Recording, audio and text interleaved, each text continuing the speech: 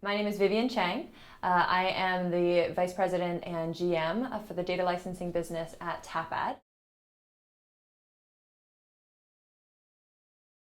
From the very beginning, we've been thinking about privacy and really trying to build it into the platform directly from day one. And so it's really important to us that the DAA has given us sort of a framework for thinking about this, even as we're thinking about sort of cutting edge technology. So for instance, notice and choice are two of the major principles that we hold up when we say, hey, is this technology going to be okay? And how do we make sure that we can get in front of the consumer? So for instance, when it comes to notice, it's really important for us when we deliver media, obviously, we show the icon, right? We show the eye icon in every single ad that we deliver. But that eye icon to us does not just mean interest-based advertising, it also means cross-device. And so when you click on it, you're able to understand, for instance, what cross-device tracking means, right? What are we doing? And you can click on the link and it'll tell you sort of more information about TAPAD and what we're doing. We want to broaden that to not just places where we have in-notice ads, in-ad notices, but we also want the ability for consumers to understand what's going on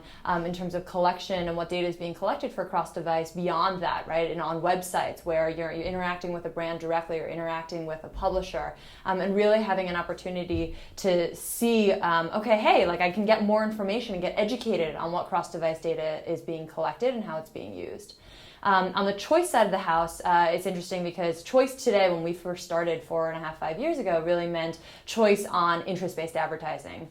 And the stance that we at TAPAD took was we don't want to just provide choice for the consumer for interest-based advertising, because we're doing interest-based advertising, but we're also doing cross-device tracking, right? And also doing cross-device collection, data collection. And so when we first implemented our choice mechanism, we basically said, okay, well, we're going to allow consumers to opt out of the device graph more broadly as well. And so not just opt out of IBA, but opt out of device graph collection and device graph linking in any way. And so when somebody goes to our privacy policy at TAPAD or the DAA page or the NAI page, they're actually going and they're delinking basically all of their devices from that device that they're opting out from. So we're really opting them out of the device graph more broadly, as well as IBA targeting. So we have a commissioned a Forrester report that basically says, I asked consumers about their attitudes towards cross-device more generally. And one of the really interesting stats that came up was that 71% of users, of people who answered that survey, don't want inconsistent experiences across their devices. They want to have a consistent experience because they actually, and many of them, 20+% of them, actually expect for you to have data across devices and provide them a consistent experiences across devices. So it is something that we're seeing consumers want and have said that they, would value. I think the key here is that they don't necessarily know that it's happening, right? They don't know how it's happening. It's sort of magical in some way to them. And so I think it's important for all of us to really provide that education and get in front of them so they know what's going on and that they're not unpleasantly surprised by sort of seeing the same ad, seeing sort of the same experience happening across your various devices.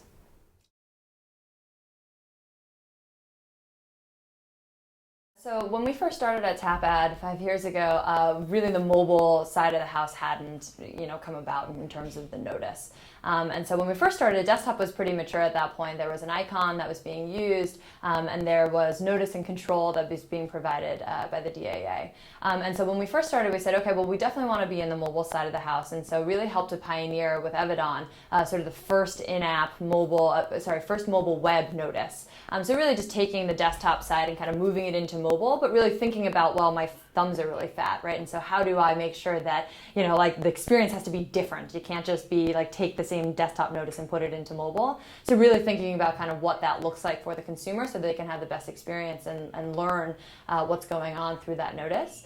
And so then the next iteration after that was then the mobile in-app side of the house. And so we really spent a lot of time thinking about, because it is a totally different type of technology where, you are seeing an ad in-app. How do you take that ad, be able to, again, get that same notice and have the same control, right? And be able to say, okay, well, how do I opt out of this particular IDFA or Android ID that I'm using and say, I don't want to be tracked anymore. And so, that's kind of been the evolution, I'd say, of where notice has gone over the last few years. And now, we're really seeing with the sort of this trend of cross-device being the big hot thing, we've been thinking about it for a very long time, but I think, as the industry kind of comes up to that, we really need to be thinking about notice and control at a cross-device level, not just on an individual device level where you have, a mobile device and you can opt out of that one, and your tablet and you have to opt out there, and then, every single device is separate, but really what does cross-device opt-out mean? What does cross-device notice and control mean? And so I think it's really important for us all together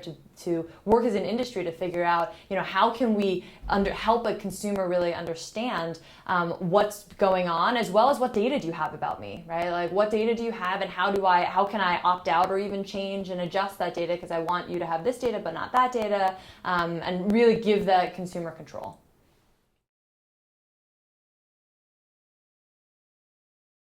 When we first started working with the DAA, obviously the APPCHOICES, the cross-app data was still sort of coming up and saying, okay, well, this is a trend that's happening, and we really want to be in front of this. And so we worked with the DAA to create that standard, and it's incredibly easy. It's something that is really easy to implement. It's very similar to the mobile website of the house, where it's the same sort of structure. We actually were able to take the exact same technical pieces that we had on the back end on the website and just port them over to the app side of the house. And so it was something that was really seamless, and we think it's really important in that environment, particularly where it is different, it's a totally different identifier, to be giving the consumer choice.